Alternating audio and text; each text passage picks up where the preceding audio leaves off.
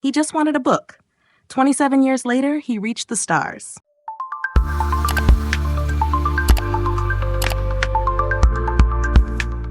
Welcome to Hidden History with Frank Strickland. Thank you for watching. I've got a story for you today. A story about a time when the world was black and white, not just in photographs, but in the very fabric of society. A story about a young boy, a library, and a quiet moment that echoed through eternity. The year was 1959, Lake City, South Carolina, and the air was thick with unspoken rules. Rules that dictated where you could sit, where you could eat, and most importantly for our story today, what you could read. The year Elvis was singing A Big Hunk of Love and the Soviet Union launched Luna 2, the first probe to hit the moon. But down in Lake City, the biggest journey some folks dared to dream of was simply walking through the front door of their public library. Our story begins with a 9-year-old boy, small for his age, they said, but with the fire in his eyes that burned brighter than any prejudice. His name? Ronald McNair. And Ronald, you see, he had a hunger not for supper, but for science, for knowledge, for books that would whisper secrets of the stars and the universe. So, on this particular day, young Ronald, with his older brother Carl by his side, walked through those library doors, a place of quiet contemplation for some, but a fortress of forbidden knowledge for others. The librarian, a woman whose name history has mercifully forgotten, looked up, her eyes clouded by the customs of the day. She saw not a boy, but a colored boy. And so, she spoke the words that were meant to be a wall. This library is not for coloreds. Now, what would you do? Most folks, they'd argue. Maybe they'd leave. Shoulders slumped, dreams deflated. But not Ronald. Not young Ronald McNair. He didn't raise his voice. He didn't turn on his heel. He simply walked over to a chair that, by the unwritten rules, was not for him, and he sat down. And then he looked up at the librarian, and with a quiet, unshakable conviction of a boy who knew his worth, he said just 2 words, "I'll wait." I'll wait. Imagine that. The sheer audacity of it. The white patrons, they stared. The librarian was flustered. She summoned the police. Can you imagine? Calling the law on a 9-year-old boy who just wanted to read. Then came his mother, summoned from her day, surely with a knot in her stomach, knowing what had awaited. But here's the thing about true strength. It isn't always loud. It isn't always a protest march. Sometimes it's a mother's calm defiance and a boy's quiet insistence. On that day, the unbending rules of Lake City finally bent. They actually bent.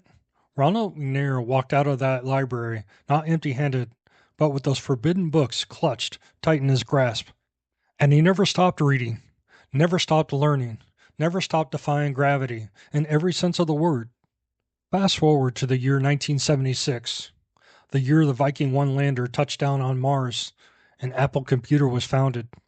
Our quiet boy from Lake City. He wasn't just reading about science anymore. He was making it. Dr. Ronald E. McNair had earned his Ph.D. in physics from MIT. Yes, that MIT. One of the hardest degrees in the world, from one of the hardest places to get it at the time. The same year, our nation was celebrating its bicentennial. Ronald McNair was celebrating his intellectual triumph. Soon after, a new call came, not from a librarian, but from NASA. And they wondered him. They saw past the color of his skin to the brilliance of his mind. He trained as a mission specialist, learning the intricate dance of space flight, preparing to venture beyond the very atmosphere that once tried to hold him down. And in a remarkable turn of events, he became only the 2nd African American in space. Think about that. From being told he couldn't touch a book to touching the stars. Then came January 28th, 1986, a crisp morning at Cape Canaveral. Ronald McNair was 35 years old. The Space Shuttle Challenger stood on the launch pad, a gleaming monument to human ingenuity. The world watched, millions of eyes glued to their television screens, as Ronald and his 6 crewmates lifted to the sky. A living, breathing symbol of how far determination, how far an unshakable belief in oneself can travel. 73 seconds later, the unthinkable. The Challenger disintegrated midair. Hope soaring high turned to silence, to disbelief, to tears. Millions watched, their awe replaced by agony. Ronald McNair, the boy who just wanted to read, was gone. And that is the heart of Ronald McNair's story. It's not just about a tragedy, it's about so much more.